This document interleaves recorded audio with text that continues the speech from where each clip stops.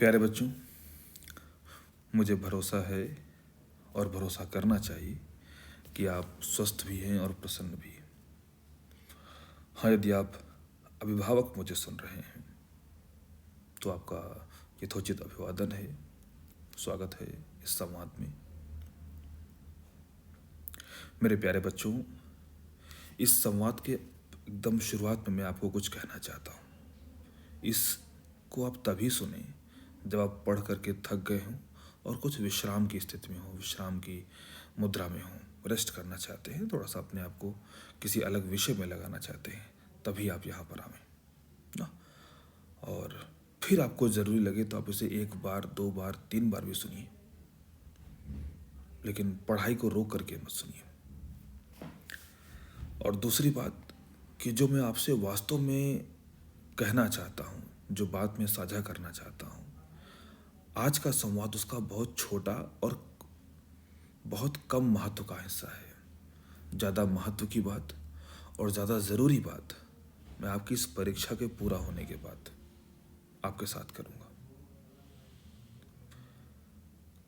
खैर, अब हम आज की बात करते हैं, बाद की बात बाद में, और अभी की बात जो कि परीक्षा की बात है उसे शुरू करते हैं।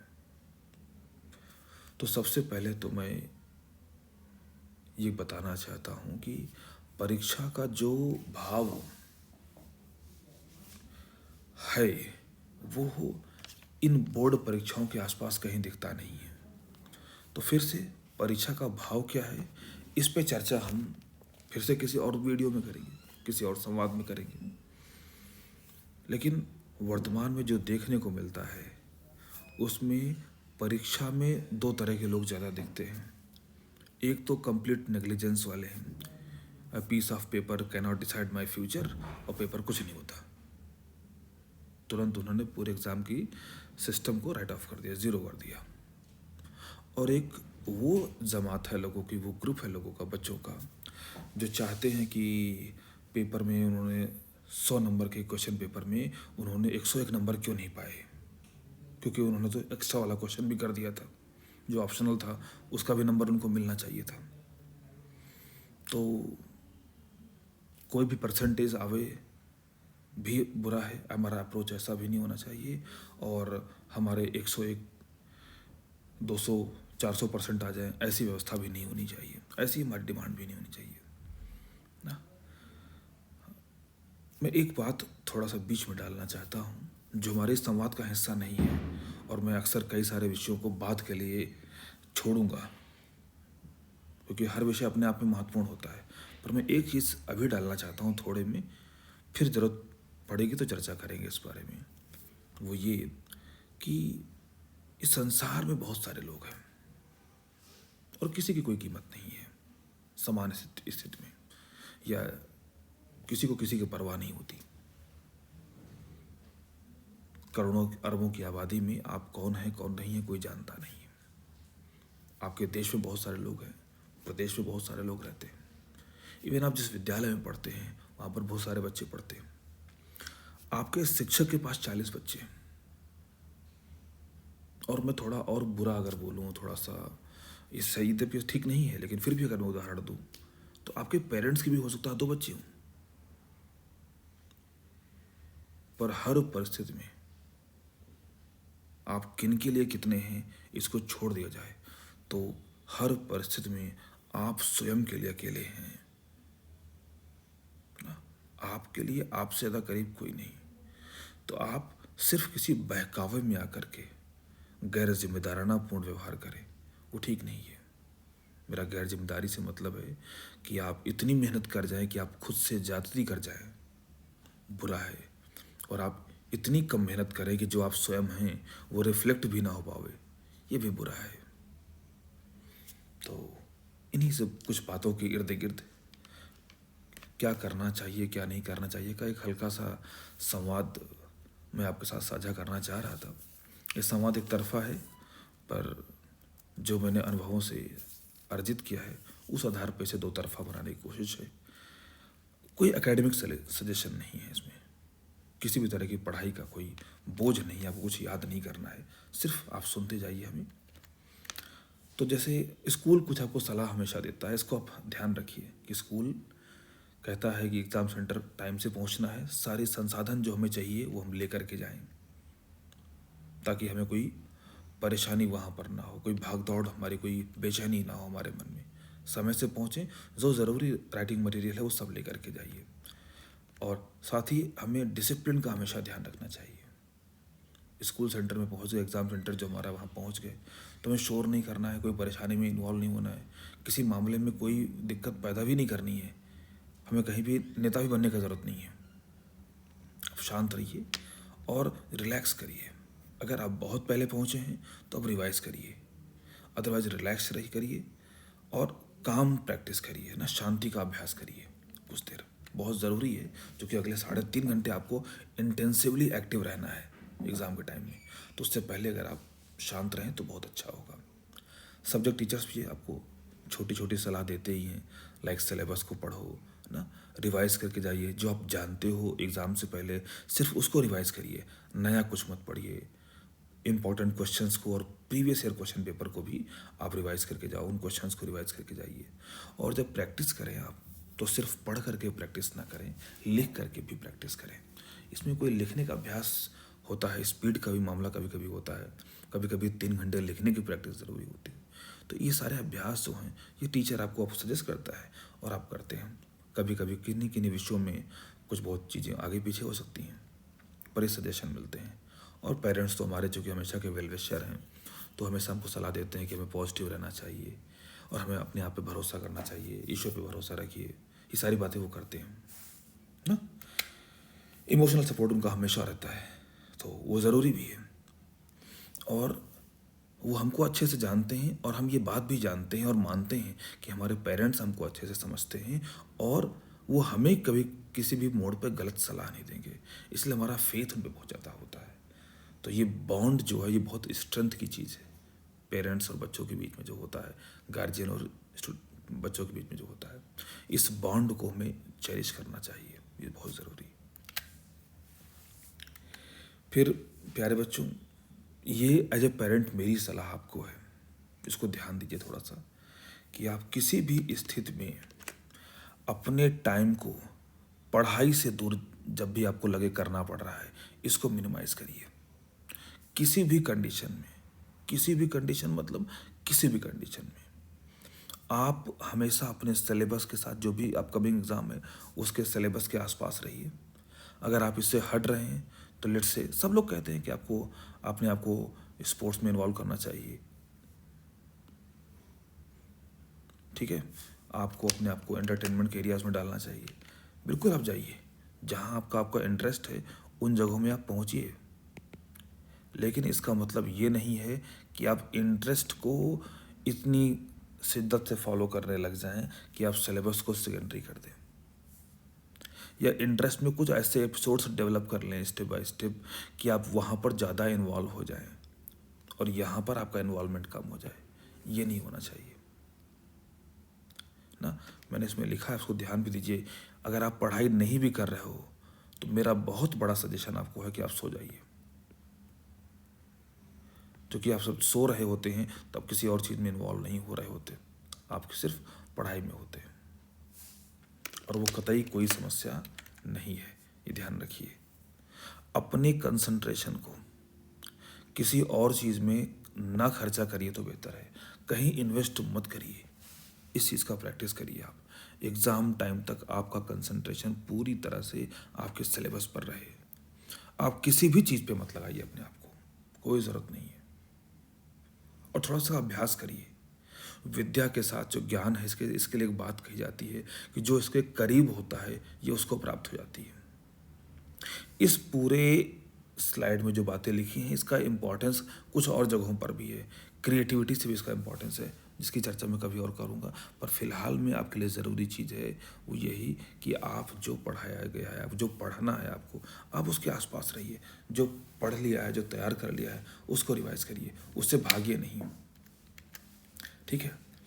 और कुछ चीज़ें हैं जो कभी नहीं करनी है, आप इनको ध्यान रखिए कि एक एग्ज़ाम से पहले या उसके दौरान कोई नई हैबिट आपको नहीं डालनी है। जैसे बहुत सारे बच्चे होते हैं जो रात में पढ़ते हैं और सुबह देर से उठते हैं, फिर आपको लगे आपका एग्ज़ाम का टाइमिंग कुछ ऐसा है कि आप पहुंचने में देर हो सकती है, तो आप इसको बहुत ड्रास्टिक चेंज इसमें मत लाइए। सिर्फ मैनेजेबल चेंज लाइए कि आप स्कूल एग्ज़ाम सेंटर में टाइम से पहुंच सकें, एग्ज़ाम को प्रॉपरली 3.5 आवर अटेम्प्ट कर सकें और घर आ जाएं बस। बहुत नई है आपको, बहुत आपका वेट बढ़ा हुआ है, आप चाहते हो कि अब जिम शुरू करना, वो भी अभी शुरू करना है, किसी ने आपसे कह दिया काल करे सो आज कर, आज करे सो अब, तो आप अब अभी से इस काम को शुरू करना चाहते हैं? बिल्कुल नहीं। कोई नया काम, कोई नई आदत नहीं डालनी है, चाहे जितनी अच्छी हो। आपको कोई नई हैबिट डेवलप नहीं करनी है, इस बीच में ध्यान रखिएगा। नई मुलाकातों से पूरी तरह से बचिए, किसी पर्पज से हो, चाहे सोशल हो, चाहे एकेडमिक का हो, कोई ज़रूरत नहीं है, और चाहे कोई इमोशनल रिलेशन का हो, कहीं पर भी नई मुलाकात से बिल्कुल बचिए। कोई नए एपिसोड को डेवलप नहीं करेंगे आप, ध्यान रखिए। कोई नए रिश्ते नहीं, फिर से इन रिश्तों के बारे में यही चीज़ है, कोई सोशल रिलेशन है, एकेडमिक रिलेशन है, कोई इमोशनल रिलेशन है, किसी भी चीज़ में आपको नया रिश्ता डेवलप नहीं करना है। मैं आपको किसी चीज़ को इन्जॉय करने से या किसी चीज़ में इन्वॉल्व होने से मना नहीं कर रहा, but time has its own value. हर चीज़ का सिग्निफिकेंस होता है, और ये टाइम उसका नहीं है, 1 महीने बाद पूरा टाइम होगा, और उसके लिए मैं खुद भी आपसे कह दूंगा याद करके। पर फिलहाल में प्लीज़ रुक जाइए, कोई भी नई चीज़ मत ट्राई करिए। मैं बार बार नई के लिए आपको सतर्क करना चाहता हूँ, और कोई नई उम्मीद भी नहीं, ठीक है, कि ऐसा करेंगे तो वो हो जाएगा, फिर वो करेंगे तो ऐसा हो जाएगा, और फिर हमें कोई फलानी चीज़ मिल जाएगी। बिल्कुल गलत। ना आपको ये उम्मीद करनी चाहिए, और ना ये उम्मीद जायज़ है, ये ध्यान रखिए, ठीक है। आपकी उम्मीद में क्या है, आपके प्रयास आपकी सिलेबस के आसपास स्टडी के हैं, और उसकी रिजल्ट में क्या आएगा उसको भी आपको एक्सपेक्ट करने का अधिकार नहीं है, ध्यान रखिएगा। उसको भी आपको एक्सपेक्ट करने का अधिकार नहीं है। कर्मण्येवाधिकारस्ते माँ फलेषु कदाचन करके सिर्फ पढ़ाई, उसके आसपास रहिए बस, और जितना आपके अभ्यास के अनुसार, क्षमता के अनुसार संभव हो, उतना अधिक से अधिक अभ्यास करिए, मेहनत करिए, और परीक्षा में उतना अधिक से अधिक कुशलता से परफॉर्म करने की कोशिश करिए। इसके अलावा कुछ नहीं, ठीक है। कोई नई प्लानिंग भी नहीं करनी है हमको। नई प्लानिंग एक अभी करंट पढ़ाई के लिए भी, जैसे कि जो आप जिस क्लास में हो, जो एग्ज़ाम लिखने जा रहे हो, उसको लेकर कि नहीं अभी तक हम पढ़ते थे 3 आवर्स डेली, और अब कल से हम या आज से हम 6 आवर्स डेली कर देंगे। नहीं कर पाएंगे आप। उस प्लानिंग के टाइम को बचा लीजिए, सिर्फ मैं ये कह रहा हूँ। आप कोई प्लानिंग करने की ज़रूरत नहीं, जो कि आप कर नहीं पाओगे उसको। आप उस प्लानिंग के टाइम को बचा लो, और आप सिर्फ 3 घंटे पढ़ो, लेकिन ढंग से पढ़ो। उस हैबिट को मेंटेन करिए। कोई एक्सपेरिमेंट भी नहीं करेंगे कि हम अभी इस तरह से लिखते थे, अब लेटर्स को छोटा बनाएंगे, बड़ा बनाएंगे, कुछ गैप दे के लिखेंगे तो सुंदर दिखेगा। टीचर ने कहा साफ साफ लिखना, तुम्हारी हैंडराइटिंग ठीक नहीं होगी, तुम साफ साफ लिखो, तो हम लेटर्स में गैप देने लग जाएं, या कुछ भी ऐसा करने लग, तेज़ी से करेंगे तो पेपर पूरा कर ले जाएंगे। कोई नया एक्सपेरिमेंट करने की ज़रूरत नहीं है। सहज रहिए, जैसे आपने अभी तक 10 साल 12 साल गुजारे हैं। उन 12 सालों में आपने 300 से 400 पेपर दिए हैं, इस बात को समझिए। उन 12 सालों में आपने बहुत बार अभ्यास किया पेपर देने का, इसलिए इस कोई एक्सपेरिमेंट करने की ज़रूरत नहीं, आपने बहुत बार एक्सपेरिमेंट कर रखा है। और जहाँ कुछ बदलना होगा आपकी जानकारी में होगा कि क्या करने से क्या होता है। अब नया कुछ भी करने का ज़रूरत नहीं है, कोई नया लेसन पढ़ना नहीं, मैंने पहले भी कहा है, ध्यान रखिए। एग्ज़ाम टाइम में कोई भी नया टॉपिक नहीं उठाना है, नहीं ख़त्म कर पाएंगे आप उसको। और ये तो बिल्कुल भी नहीं, कोई नया पैशन नहीं, सडनली आपको किसी स्पोर्ट्स का भूत सवार हो जाए, ठीक है, कोई नई स्किल सीखने का आपको जुनून आ जाए, निरा बेवकूफ़ी है। आप इसे एकदम बच करके रहिए, बिल्कुल गलत है, बिल्कुल गैर ज़रूरी है, ठीक है प्यारे बच्चों। इसके बाद एग्ज़ाम के समय कुछ चीज़ें हो जाती हैं, जैसे हम बहुत ज़्यादा सोचने लग जाते हैं किसी भी विषय को लेकर के। हमें ओवर थिंकिंग से बचना है, ध्यान रखिएगा। हमें ज़्यादा सोचना नहीं है, इवन एकेडमिक के बारे में ज़्यादा नहीं सोचना। फिर ड्यूरिंग एग्ज़ाम तो फिर क्वेश्चन आ गए ना, तो अगर हमारे सिलेबस में 12 चैप्टर्स हैं और हर चैप्टर में 10 क्वेश्चन हैं, तो 120 क्वेश्चन होते हैं। एक एग्जाम्पल दे रहा हूँ मैं, पर आपको एग्ज़ाम में तो सिर्फ 15 क्वेश्चन आए हैं, तो आपकी लिमिट हो चुकी है, लिमिट फिक्स हो चुकी है कहाँ सोचना है।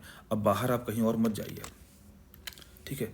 और फिर से वही, आप चूंकि 12 क्वेश्चन आ चुके हैं आपके, ये 15 क्वेश्चन एग्जाम के पेपर आ गए, आपने पहली नज़र में देखा, आपको लग रहा सब पढ़ा हुआ है, तो ओवर कॉन्फिडेंट भी मत होइए, क्योंकि कभी कभी हम क्वेश्चन को ठीक से पढ़ नहीं पाते, जल्दबाजी में अधूरा पढ़ते हैं और हमको लगता है कि वो चीज़ हमें आ रही है। जब अटेम्प्ट करते टाइम दोबारा तीसरी बार उसे पढ़ाई करते हैं, फिर हमको लगता है अरे इसका ये पॉइंट मिस हो गया था और ये क्वेश्चन हमको नहीं आ रहा है। तो जल्दबाजी नहीं करना है, 3.5 आवर का टाइम है, वो सफिशेंट है, वो सफिशेंट है क्वेश्चन पेपर पढ़ने के लिए भी और पूरा तरीके से लिखने के लिए भी। बहुत साइंटिफिकली क्वेश्चन पेपर डिज़ाइन होते हैं, उन्हें बहुत कुछ पता है जो इसके पीछे काम कर रहे हैं। तो समय कम नहीं है, अगर आपने अभ्यास किया है तो आप सब कुछ तरीके से कर पाएंगे, जल्दबाजी नहीं। हाँ, ये सबसे ज़रूरी चीज़ है जो जिससे स्वयं मैं अपने जीवन में ग्रसित रहा हूँ, और मैं नहीं चाहता कि मेरे बच्चे इससे परेशान हों।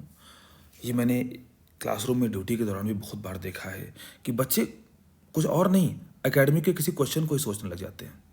आप लोग तब देख रहे हो कि बहुत एनालिसिस बेस्ड क्वेश्चन आ रहे हैं हमारे पास ना, वो हमारे थिंकिंग को डिमांड करते हैं कि हम सोच करके कुछ क्रिएटिव आंसर लिखें ना, फैक्चुअल आंसर नहीं है अब हर क्वेश्चन के लिए। और जहाँ पर ऐसा होता है हमें सोचने को मजबूर होना होता है। बहुत बार एकेडमिक थॉट ही हमें ऐसी जगह लेके चले आते हैं जिनसे हमें आंसर तो नहीं मिल रहा होता है, हम एक तरह से इनएक्टिव मोड में चले आते हैं, स्लीप मोड में चले आते हैं, हम जागती हुई आंखों से सपना देखने लग जाते हैं, और चूंकि आंसर मिलता नहीं फिर हमें लेट होता है। और सिर्फ लेट नहीं होता, ध्यान रखिएगा यहाँ पर, सिर्फ लेट नहीं होता, अगर आप अच्छे बच्चे हो तो आपको गिल्ट फीलिंग भी होगा, ध्यान रखिएगा। अगर आप पेपर को बहुत लेकर सीरियस हो तो आपको अंदर सेंस ऑफ लॉस जो है इतना प्रिवेल कर जाएगा कि शायद आप वास्तव में जितना अच्छा सोच सकते हैं क्वेश्चन को उतना अच्छा सोच ही ना पाओ।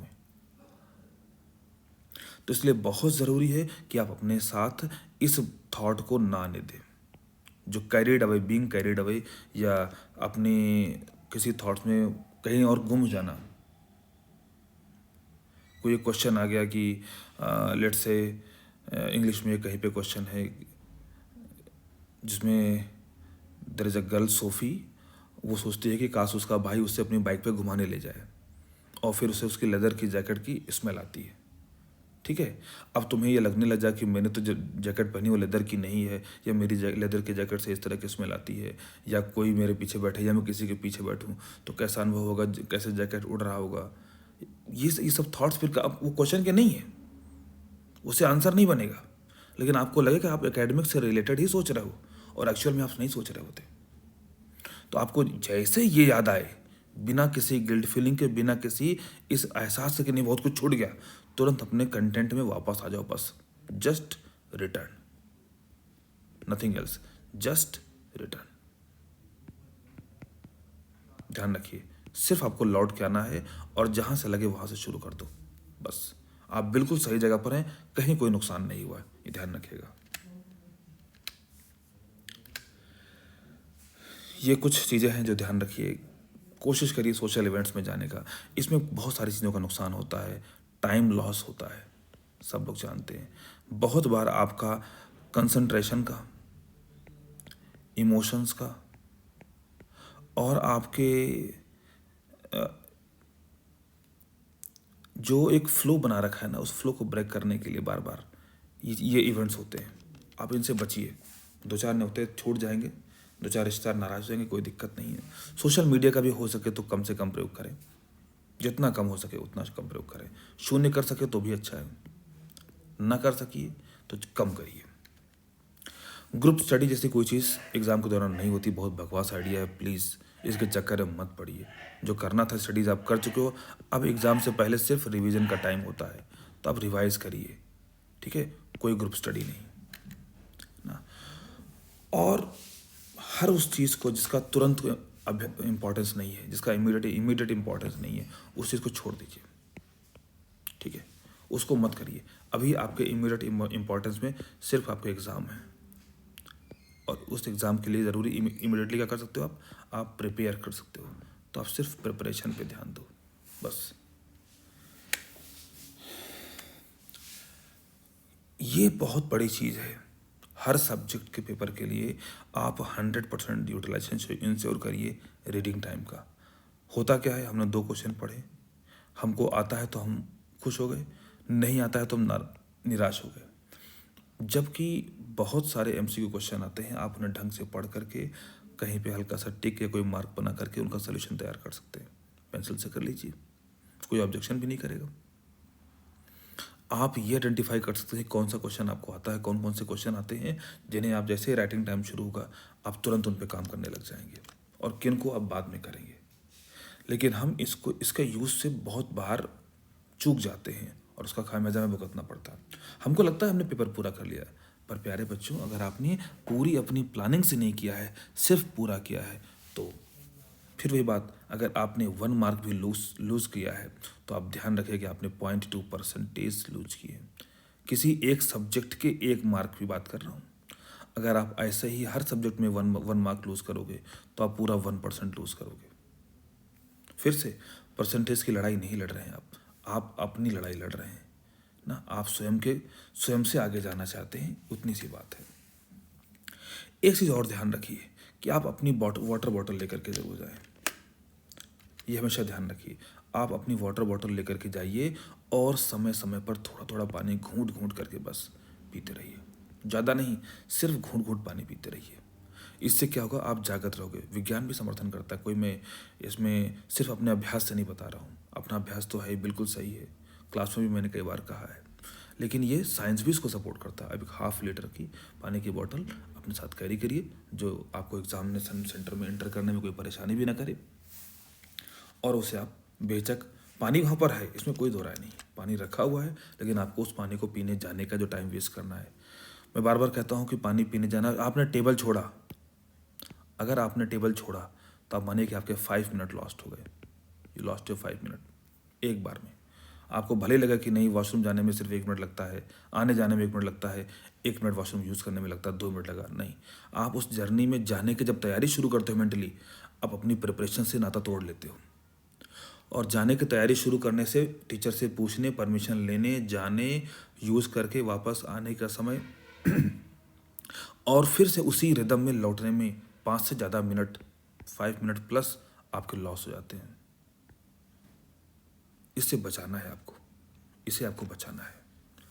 और ये हमेशा से टीचर ने आपसे कहा है कि जो लॉन्ग आंसर हैं इनको हमेशा कंक्लूजन, हेडिंग ज़रूरी नहीं है कि, लेकिन मालूम चले कि कंक्लूजन आपने डाला हुआ है, तो कंक्लूजन से ख़त्म करिए।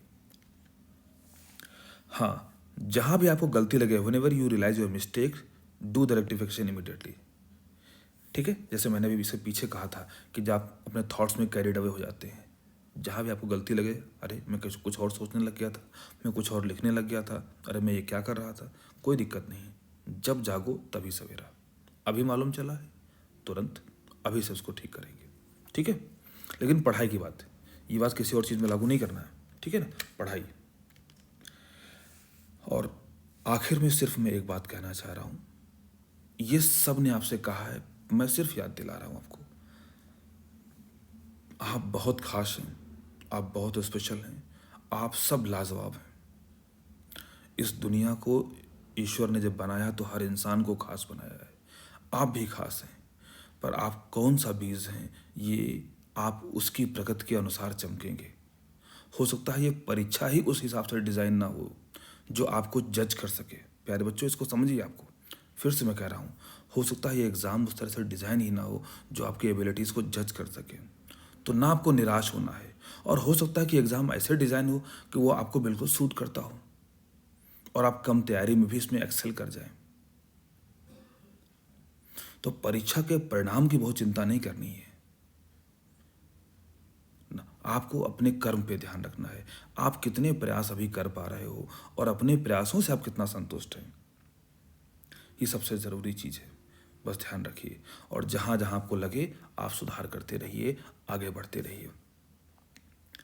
परीक्षा में भी आपको जहाँ कहीं लगे इस एग्ज़ाम में मुझसे कुछ गलती हुई, ये गलती बिहेवियरल है, ठीक है, मैं यहाँ पे गलत लिखा कोई चीज़, कोई आंसर काट दिया, ज़्यादा बार काटा मैं इसे, ठीक है, या मुझसे एमसीक्यू लिखने में दिक्कत हो गई, मुझे लॉन्ग आंसर पहले अटेम्प्ट करना है कि शॉर्ट आंसर पहले अटेम्प्ट करना है, कोई चीज़ जो सीखी, नेक्स्ट एग्जाम में उसको आप यूज़ करिए। जो ऐसे बिहेवियरल चेंज है उसको याद रखिए और अगले एग्जाम में यूज़ करिए। बट कोई ऐसी चीज़ है कि आपने कोई 2 चैप्टर तैयार नहीं किए थे, उसका लोड नहीं लेना। वो एग्ज़ाम हो गया, लेट्स से मैथ्स का एग्ज़ाम हो गया तो बात खत्म। अब फिजिक्स की तैयारी करनी है या मुझे कॉमर्स की तैयारी करनी है, अकाउंट्स की तैयारी करनी है, अब उसे करेंगे। फिर हम उसे भूल जाएंगे पूरी तरह से और आगे बढ़ेंगे। इतनी सी बात है। मैं यही बात आप सबसे कहना चाह रहा हूँ। पेपर को पेपर रहने दीजिए, ना उसका लोड लीजिए और ना उसको उसके अस्तित्व से इनकार करिए। परीक्षाएं बहुत बड़े लिटमस टेस्ट हैं हमारे जीवन के। इनका अपना महत्व है, उस महत्व को हम स्वीकार करें और उसका सम्मान करें। पर वो कोई भी चीज़ कितनी भी महत्वपूर्ण हो, वो आपके हमारे जीवन से अधिक महत्वपूर्ण नहीं है। आपकी हमारी क्वालिटीज़ को जज करने के लिए हर चीज़ सुटेबल नहीं है। जिसको मिर्च नहीं पसंद है उसे तीखे खाने में कोई स्वाद नहीं आएगा। और जो मीठा खाने वाला है वो ढेर सारा मीठा खा करके भी आनंदित रहेगा। और जो नहीं खाने वाला है वो मिठाई को देखते ही उसे वॉमिटिंग आ सकती है। तो गड़बड़ी कहाँ पर है, फर्क कहाँ पर है? ये सिस्टम सबके लिए जनरल बना है। उस जनरल सिस्टम में आप जैसे स्पेशल लोगों को हर बार आइडेंटिफिकेशन मिले, रिकॉग्निशन मिले, इसकी कोई गारंटी नहीं है। पर आप अपने आप को आइडेंटिफाई करिए, अपने आप को ऑनर करिए, ये बहुत ज़रूरी है। ऐसी ही थोड़ी सी बातों के साथ आप सबको ढेर सारी शुभकामनाएं। आप खूब अच्छा करें अपने जीवन में और खूब ढेर सारी सफलताएं प्राप्त करें। जो आप चाहें उसके लिए आप ढेर सारी मेहनत करने के लिए मोटिवेटेड रहें। ऐसी मेरी अनंत शुभकामनाएं हैं।